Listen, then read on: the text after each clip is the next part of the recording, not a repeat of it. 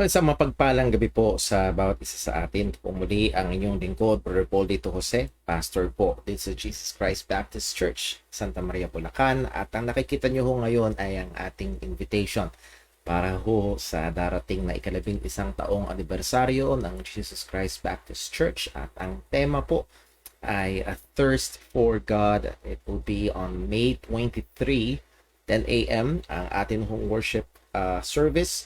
At ang atin hong gawain ay nakatuon sa paghahayag ng Ebanghelyo. So every year nagse-celebrate ho tayo ng anniversary ay we use that occasion to invite unbelievers and we present the gospel to them. At yun ho ang atin hong pinagpe-pray na gamitin ng Panginoon even in the midst of this pandemic.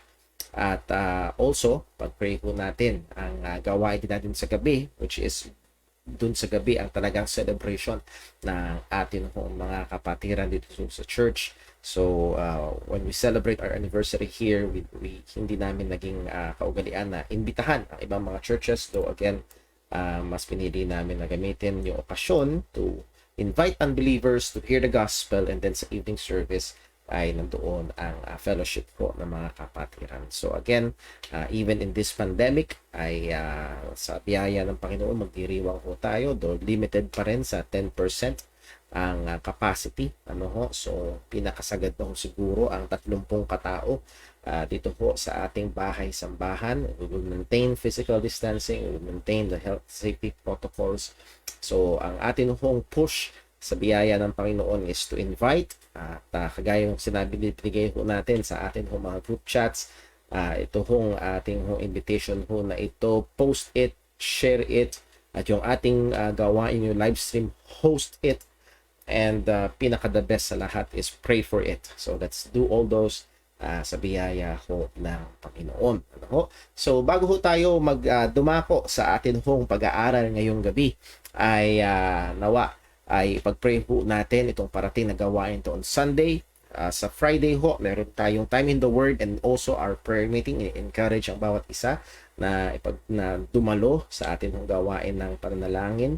And again mga kapatid, itong ating pag-aaral ng evangelism, nawa makita ho natin na hindi yung ating effort ang magdidikta.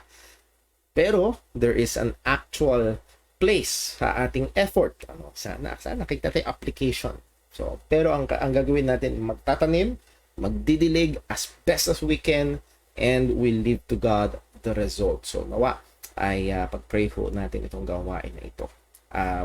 Speaking of prayer, pag-pray natin ang ating kapatid na si Brother Dave. Salamat sa Panginoon. Last Saturday ay natuloy ho yung kanyang check-up and procedure ng Botox.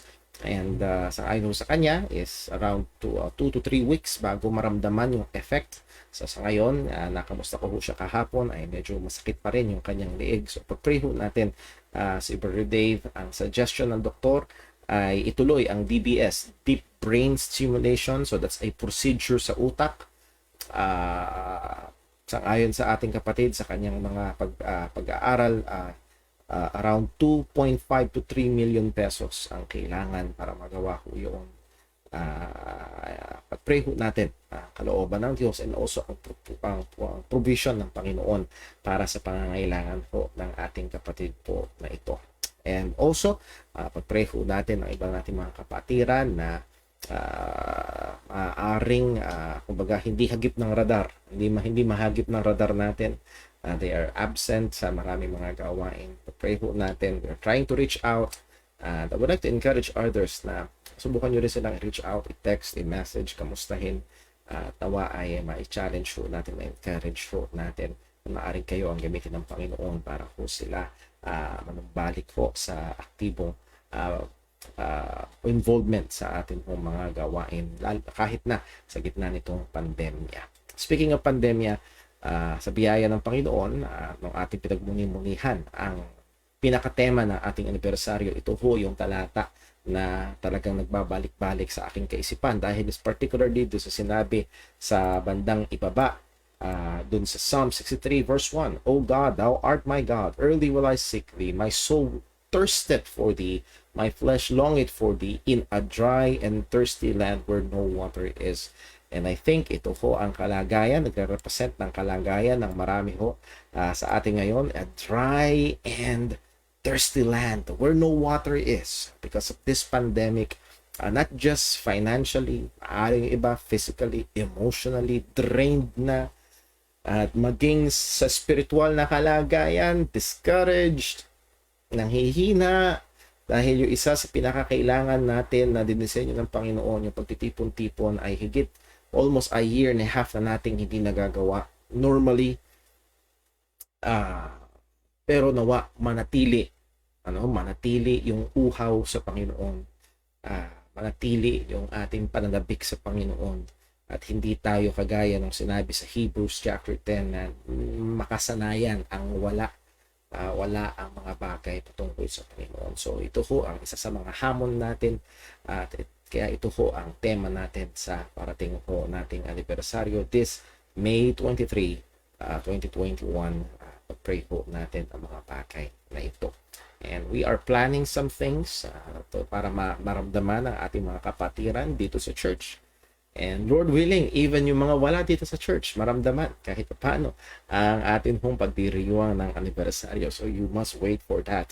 So pagpalain ng Panginoon yung mga bagay po na yan. And thank you sa mga kapatiran natin na talagang nandoon yung kanilang puso na maging involved sa preparasyon natin. And speaking of preparations, this coming Saturday, ang mga kailangan tayo ng mga dagdag na kamay dito sa church. We'll be doing a general cleaning while observing the health safety protocols. Mga kailangan ho tayo ng mga volunteers to come to our church to clean up at para maging presentable ho ito at maging maayos. At kailangan na rin ho ng ating church ng general cleaning. So nawa ay tayo ho ay maging excited and involved and praying para ho sa mga bagay na ito. So meron ho kayong mga ideas pa or sasabihin nyo, Brother Paul, I am available, I want to be involved, ano yung pwede kong gawin, please let me know para ho tayo ho ay makapag-suggest ng mga bagay na atin ho pwedeng maitulong sa darating po nating pagdiriwang ng anibersaryo. Okay, so yun ho muna, at tayo ho ay dumako sa ating pananalangin bago tayo dumiretso sa atin hong pag-aaral ngayong gabi. Let's pray. Panginoon naming Diyos, aming Ama sa langit, nagpapasalamat kami sa kabutihan mo, sa katapatan mo, namamangha kami sa biyaya mo. Una sa lahat, sa biyaya mo na sa amin ay nagligtas. Kung paano, bago pa itatag ang sanlibutan, minahal mo na kami, pinili mo na kami, tinilaga mo na kami upang maligtas. Panginoon, tulungan mo kami na kahit kaunti pa, ay mas lalo pang maunawaan, mas lalo pang makita ang ganda, bigat, ang kadakilaan ng kaligtasan na ito na iyong ginawa. O Panginoon, sa gitna ng pandemya, sa gitna ng tagtuyot, sa maraming aspeto, unawa, ilagay mo sa aming mga puso ang lalo pang pagkauhaw at pananabik sa iyo. O Panginoon, tulungan mo kami maging sa aming paghahanda bilang isang lokal na iglesia sa darating na pagdiriwang. At nawa, hindi kami mahaling sa mga preparasyon, makalimutan namin ito ng aming puso at atensyon sa iyo sa pagpupuri at pagsamba. Ingatan mo rin kami. And Lord, alam mo po, nasa ng aming mga puso, gamitin mo ang okasyon na ito upang ebanghelyo ay makarating sa iba. Ngayon pa lang din po, O Diyos, ikaw na po ang pumilos at maghanda sa mga gawain, sa pangangaral ng iyong salita, sa mga maaabot nito. Maawa ka po, Panginoon. Hindi mo ito pagpapalain, ito'y walang ito. Kaya kami ay lubos na tumitingin at umaasa sa iyo. Kundi po, Panginoon, mga mananampalataya sa iglesyang ito, sa gitna ng krisis na pinalalagyan, patuloy nawa magkaroon ng pagmamahal, pananabik at pagkauhaw sa iyo. Ama, sa aming pag-aaral ngayong gabi, ikaw po nawa ang tumabay. Bigyan mo kami ng liwanag, pagkatuto. Nawa o Diyos, hindi ito magpahambog sa amin. Hindi lalo magpakumbaba sa amin, pamanghakan. Paanong kami ay yung inabot, kami ay yung niligtas. At kami rin naman ay maging kagamitan mo upang ang ebanghelyo, ang kaligtasan ay maipaabot sa iba. Amin din po pinapasalamat ay naalala sa iyo. Aming kapatid is for today. Thank you sa katugunan ng aming panalangin tungkol sa kanyang procedure. And Lord, we do pray. Patuloy mo siyang bigyan ng comfort at ingatan at siya at ang kanyang buong pamilya. Lahat ng ito, Panginoon, ay aming itinatagubilin sa iyo. Kayang gumawa ng higit sa aming hinihingi at inaakala. Dalangin namin ito sa ngalan ng aming Panginoong Jesucristo. Amen. Okay, so tayo ho ay dadako sa atin hong pag-aaral ngayong gabi. And we are on lesson number 18 ng atin hong biblical evangelism. Sana, again, I would like to encourage kung merong mga malabo, kung merong mga katanungan, please, pwede nyo i-comment sa baba or i-direct message nyo ho ako at tutugunin ho natin yung mga yan sa biyaya ho ng Panginoon. So let's go straight sa our review. Pinag-aralan natin ang definition ng evangelism, ang konsepto ng evangelism sa New Testament, and we broke it down to 6 subpoints. So evangelism is the work of God in using Christians, the centrality of the message, sinner status of the hearer, ang mga kinakausap natin ay makasalanan. Ang intention natin ay sila ay makumberte sa pananampalataya, conversion.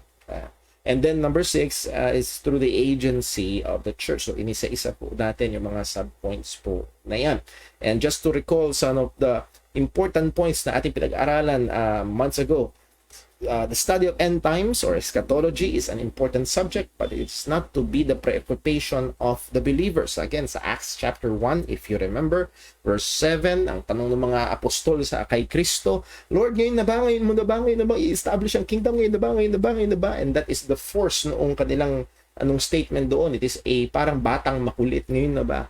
Pero ang tugon sa kanila ng ating Panginoong Jesus, well, it is not for you to know the times of the kingdom, but you shall receive power after that the Holy Ghost has come upon you, and you shall be witnesses unto me. So ang preoccupation ng church, the main occupation and preoccupation is not eschatology, but in relation to the world, it's to make disciples. So ang main occupation and preoccupation is discipleship making or the Great Commission. I'm not saying na wag pag-aralan ng eschatology, pero I've seen people na masyadong haling na haling. Lalo na ngayon, mainit ang Palestine, Israel, at ayan na naman, signs of the times, and so on and so forth. Let us be very careful na baka nasa sidetrack na tayo mula sa main occupation na inutos sa atin ng Panginoon. We can and must sincerely offer the gospel to every person because every person is a sinner and is commanded to repent and believe the gospel. This is a response natin sa mga nag-aakusa na pag naniniwala sa soberanong pagpili ng Diyos sa ikaliligtas, hindi na maghahayag ng ebanghelyo. Well, that is false accusation. Yes, mayroong mga dumudulas sa kanong kaisipan, pero makikita natin na ang utos na maliwanag ng Panginoon sa Biblia ay masipag na ihayag ang ebanghelyo ng ating Panginoong Jesucristo. So we must cultivate and practice a God-centered evangelism in message, motive, and method. So God-centered, nakasentro sa Panginoon, nakasentro sa katotohanan ng Diyos at hindi nakasentro sa tao o hindi rin nakasentro sa resulta at metodolohiya at yung ibang mga approach sa evangelism ay hindi na sa Diyos nakasentro kundi sa ibang mga bagay na. We looked at current evangelisms and views and practices, At this is just an overview. Actually, we just considered two: universalism and decisionism. We considered absolute universalism, modified universalism, at nakita natin sa ayon salita ng Diyos na ito ay walang anumang basihan at hindi tatayo. At ating binigyan pansin at binibigyan diin ang decisionism or decisional regeneration. Bakit natin ito dinilinan? Dahil ito sa ngayon ang pinakatalamak sa maraming mga nagpapakilalang evangelical churches, and yes, even in many Baptist churches, ito ang makikita natin na malaking problema, not just in the Philippines but international, ano. And hindi na to limited sa evangelical churches, even Pentecostal churches, even charismatic churches ay pasok or apektado ng ganitong maling kaisipan. Ano itong decisionism or decisional regeneration? Decisionism or decisional regeneration is an evangelistic approach that assumes that regeneration or the new birth hinges upon the decision of man. It assumes, ipinapalagay nito na ang muling kapanganakan ay nakapako, nakatungtong, nakabase sa desisyon ng tao. Therefore, ang kailangan lang habulin ay ang tao ay magdesisyon. At madalas sa decisionism, kanilang ikinakapit ang desisyon sa isang aksyon. Okay, so ibig sabihin kapag ginawa mo yung action, equivalent yun sa nagdesisyon, at kung ginawa mo yung desisyon, ikaw ay na born again. Therefore, if you made the action, you are born again. Ganon ang thinking sa maraming mga evangelistic approach. Kaya maririnig natin ito, if you accept Jesus in your heart, if you ask Jesus to come into your life, if you open the door of your heart to Jesus, at dati lingwahe ko rin po yan, buksan mo ang iyong puso. Iko-quote pa yung sa Revelation, ako'y narito at nakatayo sa pintuan at kumakatok. And completely disregarding the context of that text, ay sasabihin, hindi mo pagbubuksan si Kristo. Naalala ko ang personal ko pang approach ay, tatanggihan mo ba o tatanggapin mo si Jesus? Talagang meron pang convincing tone yun. Sino ba namang tao magsasabing tatanggihan niya si Jesus? Kung gusto mong tanggapin, sumunod ka sa panalangin ito. Pray this prayer after me. Ano na mangyayari? You will be born again. You will be saved. So, narito na sama madalas itong decisional regeneration and decisionism. The effect and danger of a wrong understanding of man's true spiritual state as a sinner will lead to a wrong approach of evangelism. Again, wrong diagnosis will lead to a wrong treatment. Nagamit ko ng example, ulitin ko lang, nung ang aking hipag ay sumakit ang ulo, nahilo, talaga namang kailangan ng isugod sa ospital, and so on. Pagkatapos ng maraming sa isang malaking public hospital, mali ang diagnosis, mababa lang daw ang potassium, kailangan lang iswero. Yun lang. Pero nung nadala sa isang mas maayos sa ospital, nasuri, pagkatapos ng mga laboratories and testings, nakita na may brain aneurysm, kailangan na pala ng madali ang brain surgery kung hindi delikado ang kanyang buhay. Nakita ho natin, so wrong diagnosis will lead to a wrong treatment. So kung ang diagnosis mo sa tao ay kaya naman niyang i-born again ang kanyang sarili, ang kailangan lang niya ay gumawa ng desisyon, well, it will determine the course of evangelism or our approach to evangelism. At yun nga ho ang nangyayari sa maraming mga pag-iebanghelyo sa panahon natin ngayon. Ano ang maliwanag na sinabi ni Jesus? And he said, therefore said I unto you that no man can come unto me. So let me again ibdiinan lang to. This is the diagnosis of Christ about man's sinful status. Ito ang diagnosis ni Jesus. He is the physician of the soul. Kung sinong papakinggan mo, yung bang popular na teolohiya o theologian or si Jesus patungkol sa kalagayan ng tao, well, I would like to encourage you to listen to Christ. At ang sabi ni Christ, no man can come to me. Walang taong may kaya. So yung ating kakausapin, yung sinner status niya, hindi niya kaya sa kanyang sarili. Anong resulta? Dahil mali ang approach sa evangelism, nagkakaroon ng change, ng mali ang diagnosis sa tao, nagkakaroon ng change of focus from true conversion to a mere outward profession, and is very susceptible in producing many false disciples or false Christians. So ano na ang kailangan ngayon? Again, because yung regeneration ikinapit sa desisyon, at yung desisyon ikinapit sa outward action or profession Ang hahabulin na ngayon ay yung outward profession. Ano man yan? Paglapit sa altar, pananalangin, pagtaas ng kamay. And yun na ang target. At ito ay susceptible sa pagpuproduce ng maraming peking Kristiyano. Tinaas mo yung kamay, sumunod sa prayer, ligtas ka na. Christian ka na ngayon. Anak ka na ng Diyos ngayon. Sa langit ka na pupunta. At ito ang madalas na nangyayari. Well, what is biblical regeneration? Isa sa mga key text about biblical regeneration is found in the Old Testament na pinangako ng Diyos ito yung new covenant na gagawin ng Panginoon. At ang sabi niya, Ezekiel 36:26, and a new heart will I give you, and a new spirit will I put within you, and I will take away the stony heart out of your flesh, and I will give you an heart of flesh, and I will put my spirit within you, and cause you to walk in my statutes, and ye shall keep my judgments and do them. So in contrast, doon sa decisional regeneration, you must accept Christ. You must open your heart. You, yung tao. While sa biblical regeneration, it is God, God, God, God. Because biblical regeneration is the work of God. This is the biblical truth. Regeneration, or being born again, is the gracious and sovereign work of God through the Holy Spirit. John 1 verse 13. Na ang sabi, which was born not of the will of the flesh nor the will of man, but of God. Ito isang ayon sa kalooban ng Diyos, hindi sa kalooban ng tao.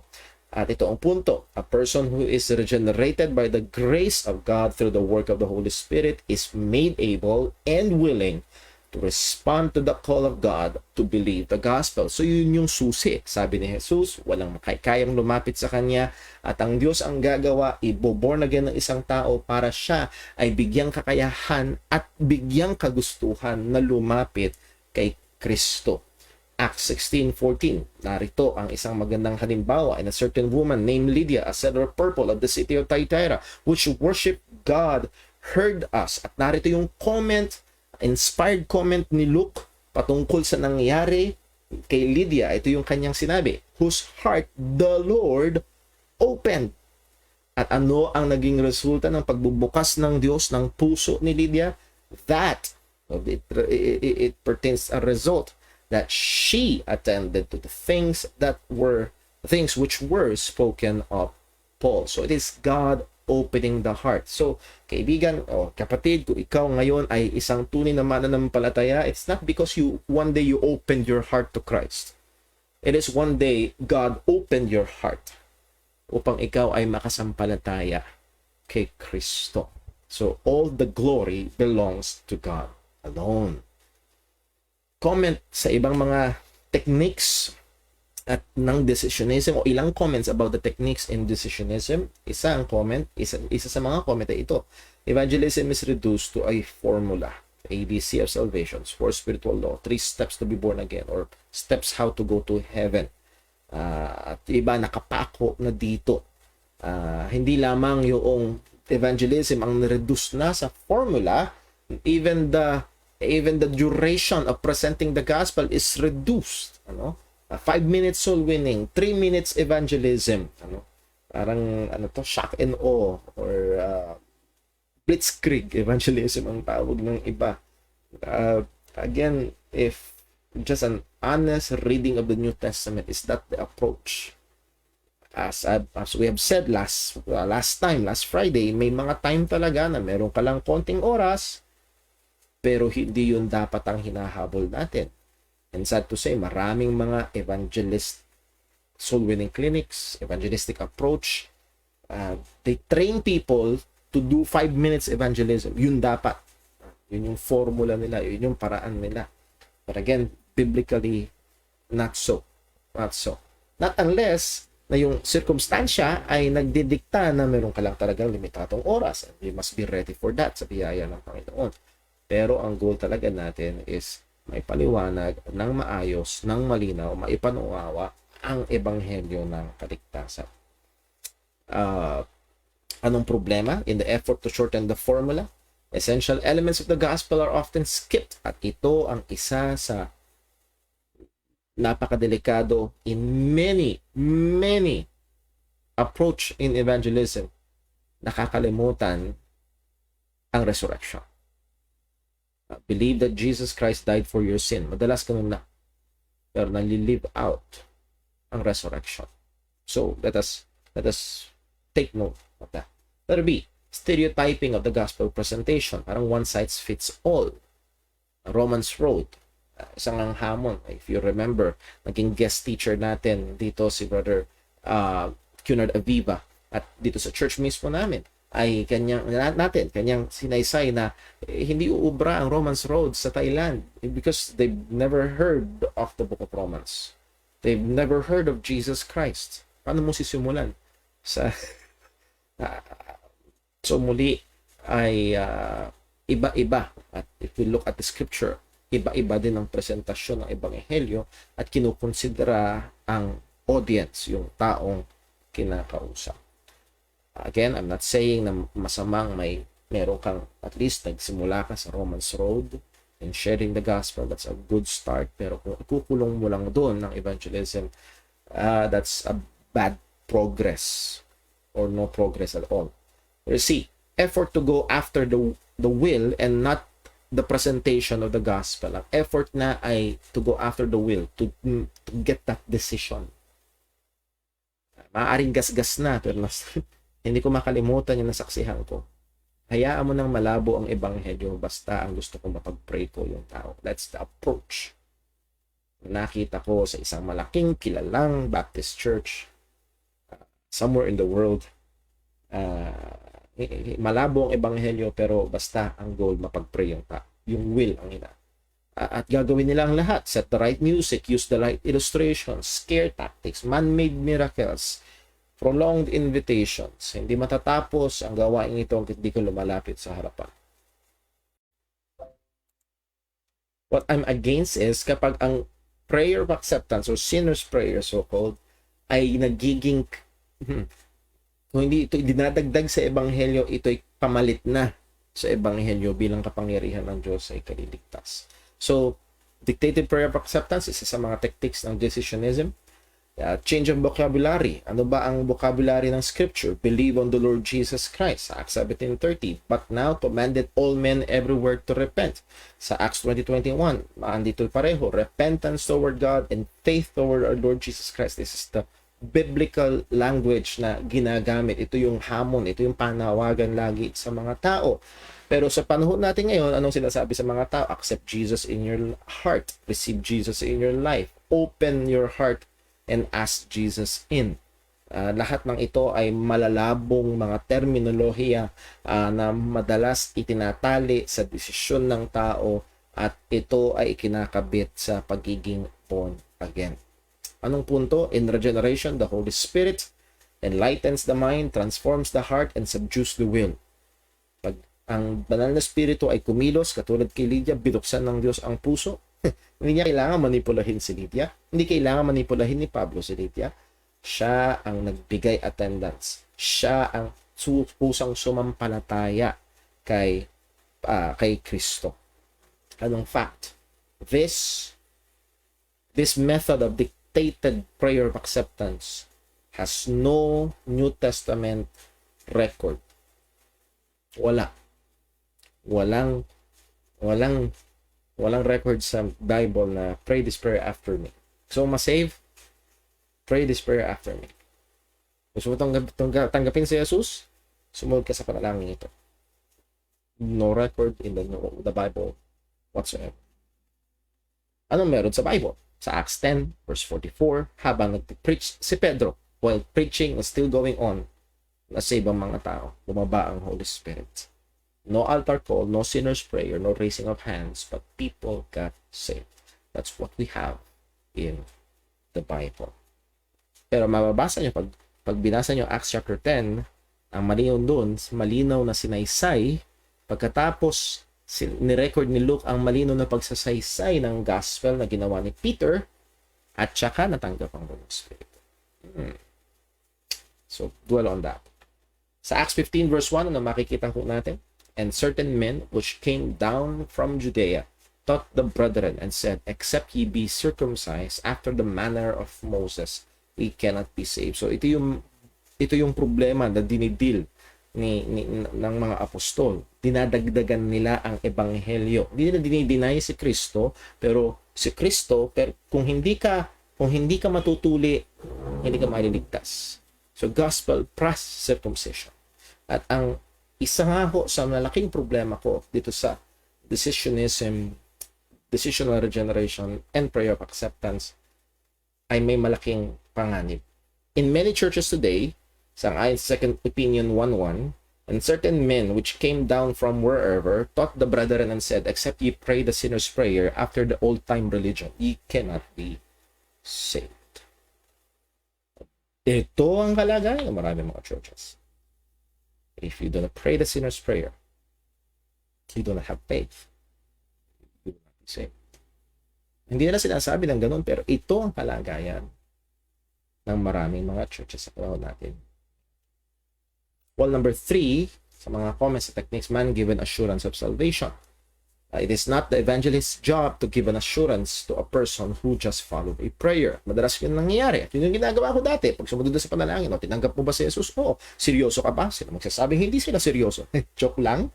Surprise, sasabihin nila seryoso sila. At sasabihin ng soul winner, well, kung talagang tinanggap mo si Jesus, seryoso ka ngayon, ay ikaw ay ligtas na. Anak ka na ng Diyos. Na born again ka na. Well, no biblical command nor example. Again, walang biblical command or example na yung soul winner, yung evangelist, ang magbibigay ng assurance sa tao na siya iligtas. Ano makikita sa Bible? Well, una, makikita natin, the Spirit itself beareth witness with our spirit that we are the children of God. It is the Holy Spirit's work. Anong challenge? Anong biblical imperative? Examine yourselves whether ye be in the faith and prove your own selves. Siya sa atin yung sarili kong tunay ngang ligtas. Well, some relevant questions na tinalakay natin yung dalawa ng nakaraan. How can I know that a person whom I share the gospel is saved? Well, sa New Testament, makikita natin na pangunahing public profession ng kaligtasan is water baptism. They follow the Lord in water baptism. And a true child of God will manifest the work of the Holy Spirit in their life. Philippians 1:6, huwag kang mag-alala. He that began a good work. Kung talagang nagsimula ng mabuting gawa ang Panginoon, tatapusin niya ito. Tatapusin niya ito. Hindi pwedeng walang magbabago sa isang totoong pinanganak ng Diyos. Hindi pwede. 2 Corinthians 5:17, if any man be in Christ, he is a new creature. He is a new creature. Or B, can the people still be saved in this kind of evangelistic schemes? What schemes? Decisionism, decisional regeneration. Pwede bang may maligtas sa ganitong schema? Well, the answer is yes. Salamat sa Panginoon, yes. Because I myself got saved under a ministry na ito ang approach sa evangelism. Ang punto ito, because God is sovereign in salvation, as long as the truth of the gospel is presented, God can and does save people. Hanggat nandun ang liwanag ng ebanghelyo, ang kapangyarihan ng Diyos sa ikaliligtas ay ang ebanghelyo ni Kristo, at sino mang sasampalataya ay maliligtas. At tunay na sumampalataya kay Jesus, merong kaligtasan. Nasaan ang danger? Kapag hindi totoong sumampalataya, ngunit napasunod sa panalangin at binigyan ng kasiguraduhan na dahil tinanggap mo si Jesus, ligtas ka na. That's danger. Pero may naliligtas pa rin maging sa ilalim ng ganitong kaparaanan. Let's see, how do we deal with those who employ these methods? Paano kung meron kang kakilala o paano ikaw mismo ay bahagi ng isang church na ganito ang kaparaanan, decisionistic regeneration, ang decisional regeneration, ang paraan nila ng evangelism. Paano? Well, una, if they are brethren, love them as brethren in Christ. Kung sila tuloy naman na ng palataya ng ebanghelyo, talagang mahalin, utos ng Diyos na mahalin. And with patience, love, and carefulness, bring this issue to their attention. And I cannot stress enough yung patience, love, and carefulness. Why? Because nakakilala ako ng mga tao na alam ko mahal nila ang Diyos, Alam ko mahal nila ang ebanghelyo at alam ko mahal nila ang kaluluwa. Pero dahil naturuan sila na ito ang paraan ng kaligtasan, ipagtatanggol nila ito. Ito ay napakasensitibong issue sa marami. Lalo na kung ito yung kanilang personal na karanasan, paano sila naligtas.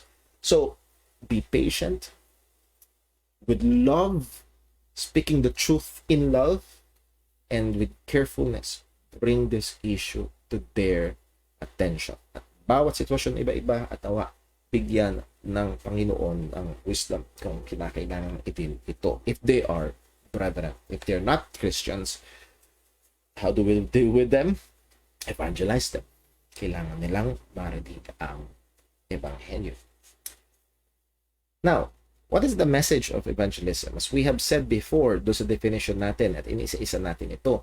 In evangelism, we communicate the gospel message. Binigyan natin ng atensyon ang centrality ng message. And just to review yung ilang lesson doon, we look at Acts chapter 5 verse 42. They cease not to teach and preach Jesus Christ. Didasko, teach. Euangelizo, preach.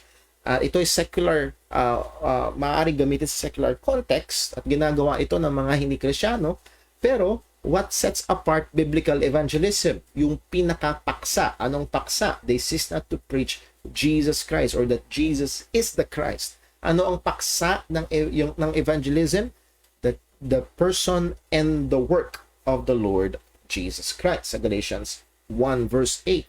But though we or an angel from heaven preach any other gospel unto you than that which we have preached unto you, let him be accursed. So yung word na we, the apostles, an angel from heaven, a miraculous appearance, mahimala, nakaparaanan, at ang pinagyan nating punto rito, the messenger and the manner of the delivery, kahit mamirakulo pa yung manner of delivery, is inconsequential compared to the message delivered.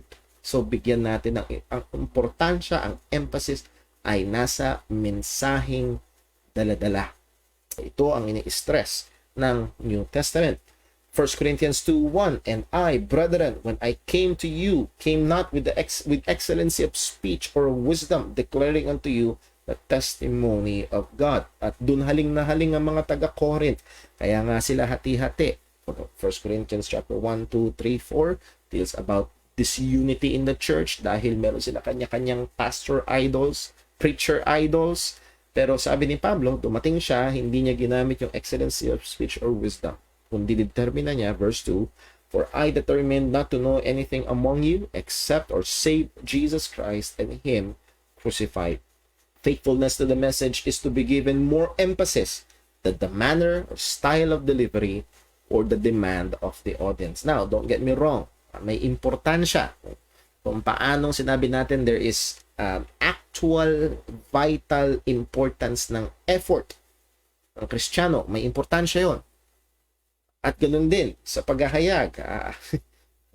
Sabi nga ho, hindi ko maalala kung sino nagsabi, sa isang mangangaral ay pwedeng ituring na kasalanan na gawing boring ang ebanghelyo. Because it is the greatest message of all time. At kung ito'y magiging boring dahil kasalanan ng mga ngaral, ito'y kanyang kailangang baguhin, kundi man pagsisihan. Pero, kung pipiliin style ba o mensahe ba?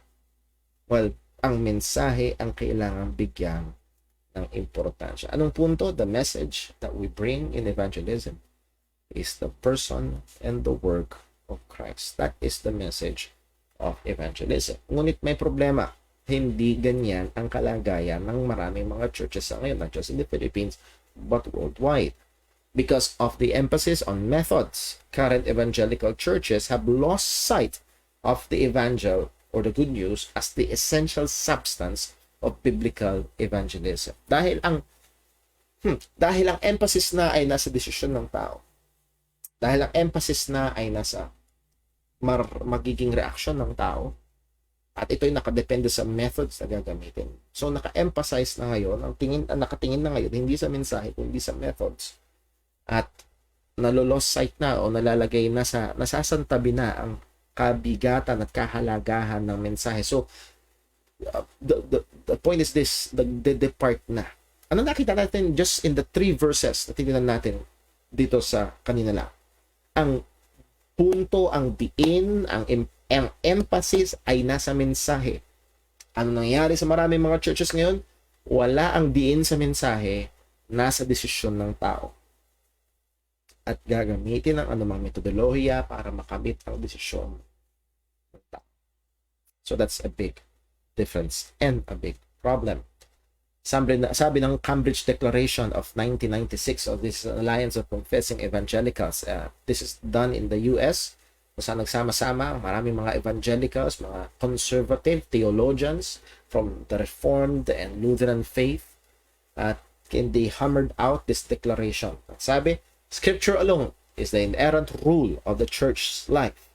But the evangelical church today has separated Scripture from its authoritative function. In practice, the church is guided too often by culture, therapeutic technique, marketing strategies, and the beat of the entertainment world often have far more to say about what the church wants, how it functions, what it offers, than does the Word of God.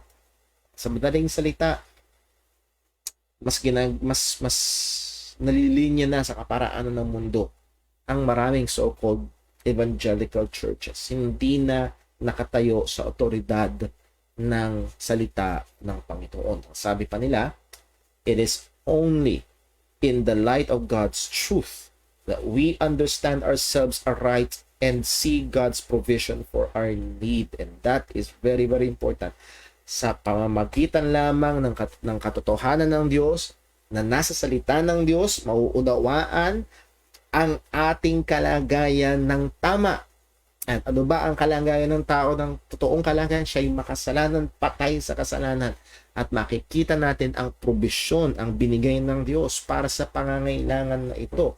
At walang iba kung hindi ang Ebanghelyo. The Bible, therefore, which is where God's truth is. The Bible, therefore, must be taught and preached in the church. Sermons must be expositions of the Bible and its teachings, not the expression of the preacher's opinions or the ideas of the age. So, ang binibigyan din dito ay ang salita ng Panginoon. And when we go back sa ating pinag-uusapan about evangelism, saan tayo titingin? As we have said, we must go back sa Scripture.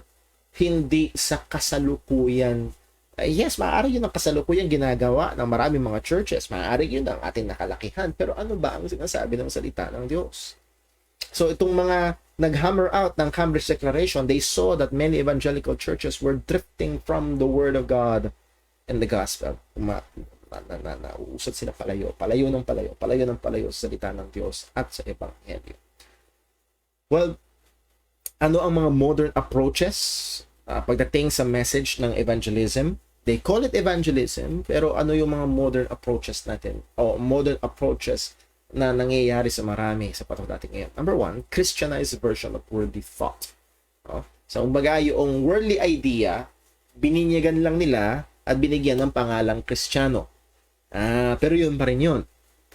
Drawing from the current fashion of the world's discourse, many evangelicals invent a Christianized version, but with essentially the same substance, i.e., or example, looking at the field of psychology.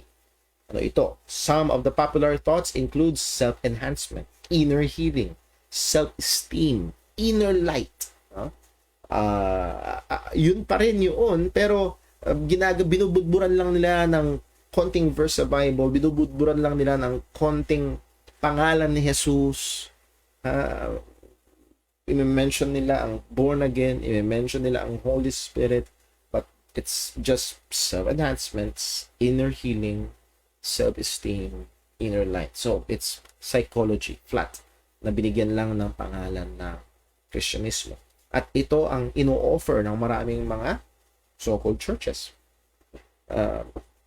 Feel good.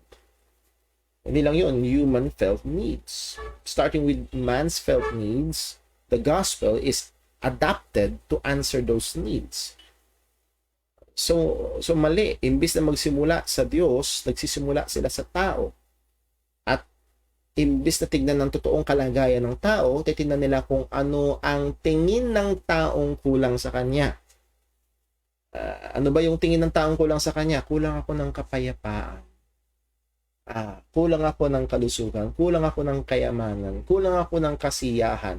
Ganun ba? Sa lahat ng yan, Jesus is still the answer. Si Jesus ang sagot, ang ebanghelyo ang sagot sa lahat. Gusto mo ng kapayapaan? Si Jesus. Gusto mo ng kalusugan, ng kayamanan? Si Jesus. Gusto mo ng solusyon sa lahat ng iyong problema? Si Jesus. So, sa madaling salita, may butas ang iyong bubong, ito ang pangtapal. Si Jesus. Sa felt needs. Please listen. Hindi yung true need. Hindi yung tunay na kailangan. Hindi yung ano man tunay na kailangan. Kapatawaran sa kasalanan. Kaligtasan. Dil lang nila ay yung mga felt needs. Malungkot ka ba? Come to Jesus. Pag tinanggap mo si Jesus, masasayahin niya ang buhay mo. So again, ito yung approach ng marami sa panahon natin ngayon. Isang example na sumikat, I believe 2 years ago, naging matunog sa balita, ang Kapa, Kabus Padatoon.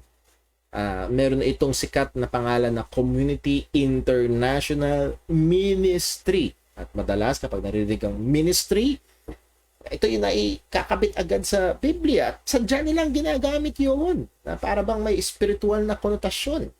Pero mismo ang founder nito, yung hinabol ng gobyerno, si Mr. Joel Apolinario, siya mismo ang nagsabi na ang pangunahing goal ng Kapa ay uplift ang Pilipino mula sa kahirapan. No gospel. So again, ang mga tao ay nandoon, kailangan ng pera, gusto nilang yumaman. Nandun sila sa isang ministry. Ito yung ino-offer ng claims of signs and wonders, pati sa pinakasikat, mga charismatics, kadalasan, not all, pero marami. Claiming the spectacular events of the New Testament, signs and wonders become the proof of God's power. Nasa amin talaga ang Diyos, kasama talaga namin ang Diyos, nandito talaga ang presensya ng banal na Espiritu. Tignan nyo ang mga himala na ito. Pag may binigay ng warning ang ating Panginoong Jesus sa Matthew 24:24, for there shall arise false Christs and false prophets, and show what?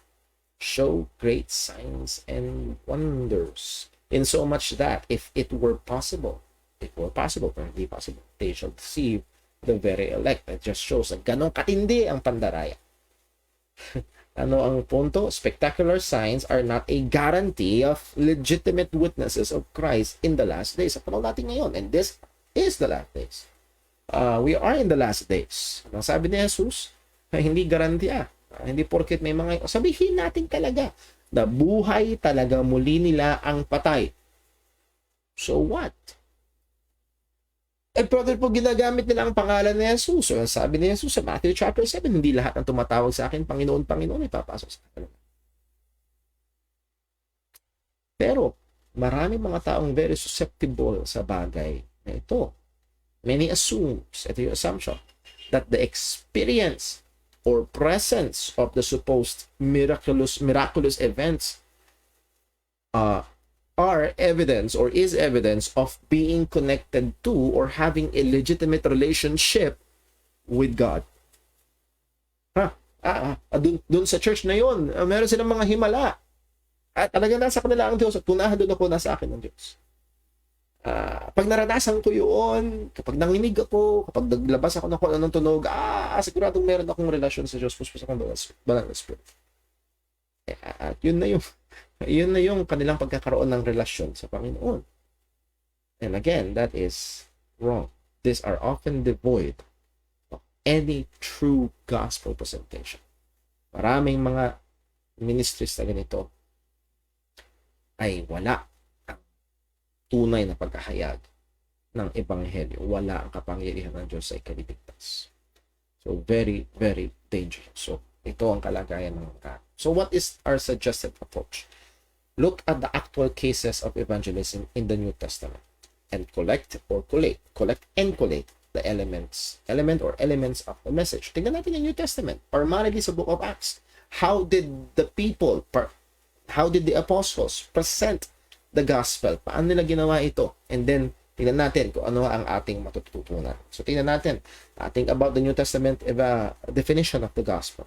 Bring out the common elements and emerging patterns of evangelism. So, pag tingnan natin sa New Testament, ano ba yung pattern nila? Ano ba yung elements na meron when they present the gospel? So, yun ang ating titignan. Summarizing descriptions of evangelism, primarily sa book of Acts. These are the actual cases of evangelism in the book of Acts with the message described in summary. So, tignan natin ang mga verses. Sa summary sa lang natin para hindi masyado mahaba. Sa Acts 4. Sa Acts 8, verse 4 and 5. Philip in Samaria. Preaching the word, preaching Christ. Yun yung makikita natin. So, verse 12, ang sabi, preach the things concerning the kingdom of God and the name of Jesus Christ. So, Philip is preaching, yung unang sinasabi. He preach the word, preaching Christ, concerning the kingdom of God in the name of Jesus Christ. Acts 8, verse 35. Again, si Philip, sa Ethiopian eunuch, na nagbabasa ng Isaiah 53, and from Isaiah 53, ang sabi na salita, and preached unto him the eunuch. Philip preached Jesus. Philip preached Jesus. Acts 11, verse 20, Paul and Barnabas and Antioch. Anong sabi sa verse 20? They were preaching the Lord Jesus. Sa Acts 14, verse 7 and 21, Paul in different stops of his first missionary journey preached the gospel. He preached the gospel. Acts 16:10. Sa Macedonian call, ano ang nung natanggap ni Pablo ang Macedonian call, nag-iba sila ng direksyon. Ang sabi, the Lord had called us. Yun yung paniniwala nila because of the Macedonian call. They believe that the Lord had called us to preach the gospel unto them doon sa Macedonia. The gospel. Sa Acts 16, verse 17, the soothsaying girl's summary of the missionary team's message. Merong susunod-sunod na babaeng inaalihan ng masamang espiritu. Ang sabi nila, ito ang mga taong nagtuturo ng paraan, ng daan ng kaligtasan. Sa Acts 16:31, the witness to the Philippian jailer and his family, believe on the Lord Jesus Christ, and thou shalt be saved. Acts 16, verse 31. Naulit pa na natin, sorry. Acts 17, verse 2. Paul in Thessalonica or Thessalonian Synagogue, sinamarize niya ang kanyang reasoning sa ganito. Jesus is the Christ who according to the scripture must suffer and rise from the dead. Yun yung kanyang nire-reason out. Yun yung kanyang pinapaliwanag. Yun yung kanyang binibigyang ebidensya na ito nga si Jesus taga Nazaret, ang siyang Kristo, at sangayon sa kasulatan siya dapat ay magdusa at bumangon mula sa mga patay. It's the gospel. Acts 17, verse 10 and 13, Paul sa Berea preached the word of God which can be checked by the hearers from the scriptures. Ang pangunahing daladala ni Pablo ay bagay at katotohanan na pwedeng i-check sa salita ng Panginoon. Dami ang pwedeng sabihin pero pipigilan ko ang sarili. Just one comment. Yung mga visions, ang mga so-called charismatics, hindi mo pwedeng i-check sa Bible. Visions lang. Anyway, Acts 18, verse 5 and 11. Paul in Corinth, teaching the word of God for 1.5 years. Ano ang binibigyang diin? That Jesus is the Christ. For 1.5 years, he's presenting, yes, madami siya iba't ibang mga tinuturo, pero ang pag pinakuluan mo, ang matitira, ito yung pinaka-summary, Jesus is the Christ. Yun ang pangunahin. Acts 19, verse 4 and verse 8. Paul in Ephesus, ang kanyang sinasabi, believe in Christ, teaching concerning the things of the kingdom of God. Acts 20, verse 21, repentance toward God and faith toward the Lord Jesus Christ. Verse 24, the gospel of the grace of God. Verse 25, preaching the kingdom of God. Verse 27, the whole counsel of God. Acts 26, verse 19 and to 23. Si Paul sa harapan ni Agrippa, he's preaching all according to scripture, repentance toward God, the suffering of Christ, and his resurrection to bring light to the Jews and the Gentiles. At ang gusto ni Pablo, ang mga tao, maging si Agrippa at lahat na nakakapakinig sa kanya ay manampalataya doon sa katotohanan na kanyang sinaysay. The Gospel. Acts 28, 23, 30, 31. Paul under house arrest. Again, the end of the book of Acts. Testifying to the Jews using the scripture to persuade concerning the kingdom of God and Jesus. Anong sabi? Preaching the kingdom of God and teaching the things concerning the Lord Jesus. Kailangan nating magdiin. Acts 20:21, ito ang pinaka-summary. Kung susuma total natin, repentance toward God and faith toward our Lord Jesus Christ.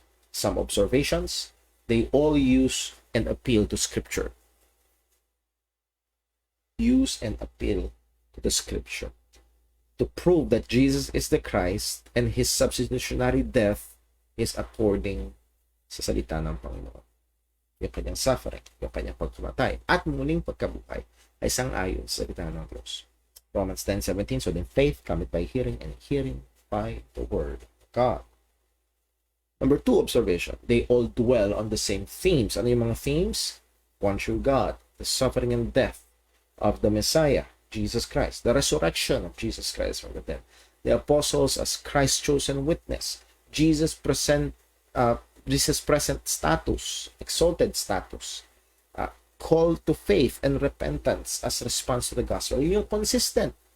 Ang laman, si Jesus, kanyang ginawang pagliligtas, namatay siya, at muling nabuhay, at ang laging panawagan, magsisi at manampalataya. Number 3, they all take into account the spiritual status of the hearers. Jews, pagans, pagan intellectuals, depende sa kausap nila. Hindi sila nagturo ng one-size-fits-all presentation ng gospel. They took to account yung kalagayan ng mga nakikinig. 2 Timothy 2:24, and the servant of the Lord must not strive, but be gentle unto all men, apt to teach.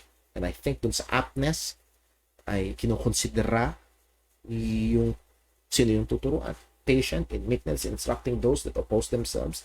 God peradventure will give them repentance to the acknowledging of the truth. So napakagandang text nito. We will do all that we can to present the gospel as clear as we can, as convincing as we can.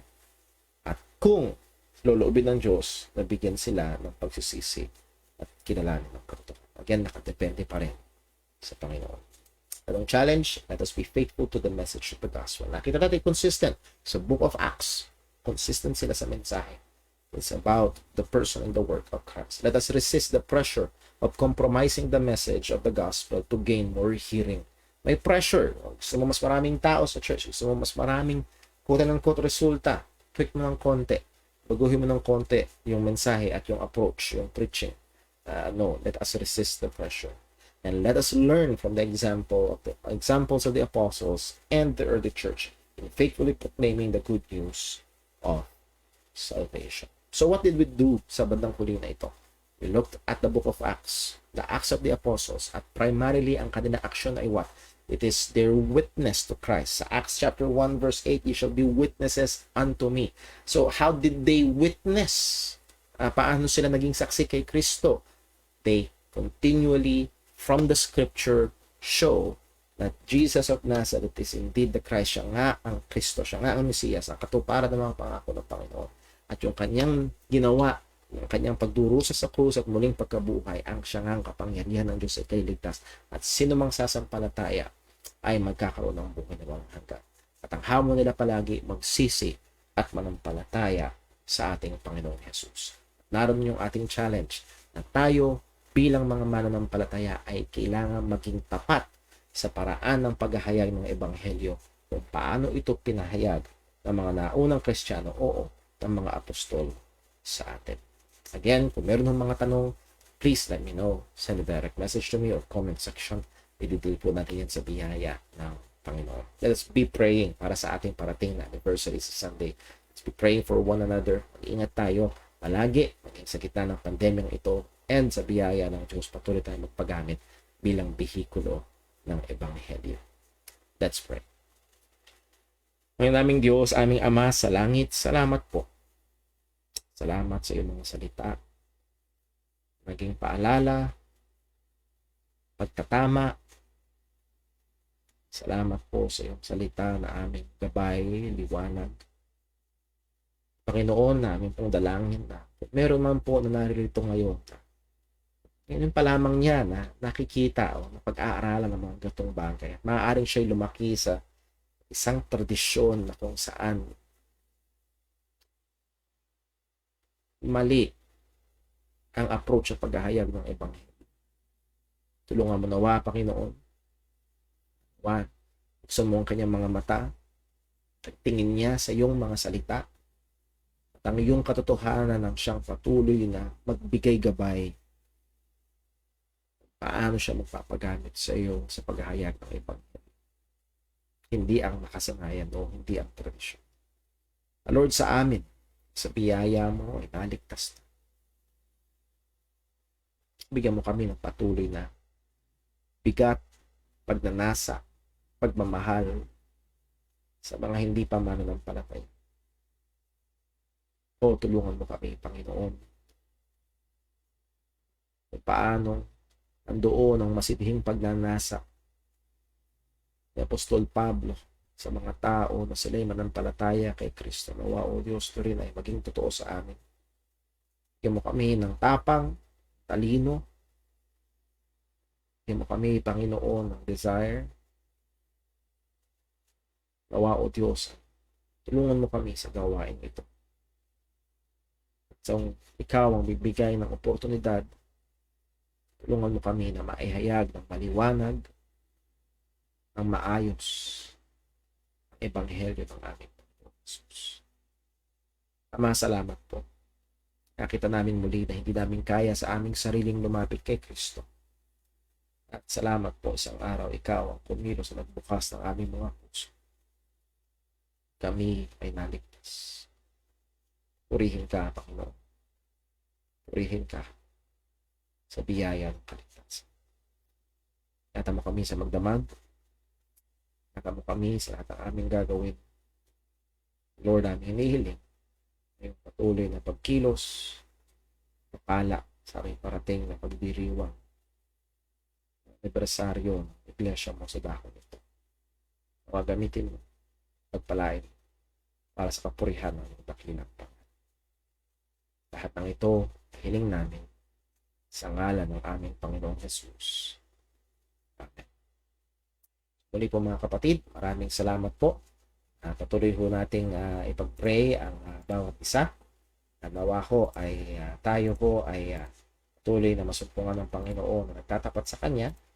Tayo po ay patuloy na mag-imbita para ho sa ating parating na anibersaryo. Sa mga hindi pa ho nakakakita sa group chats ho ng ating church, maging sa Facebook page and sa Facebook group, nandyan ho yung ating invitation. Again, apat ho yung ating encouragement. Post it, share it, host it, yung ating gawain. Host a watch party. And then, pinakamahalaga, pray for it. God bless po. Magandang gabi.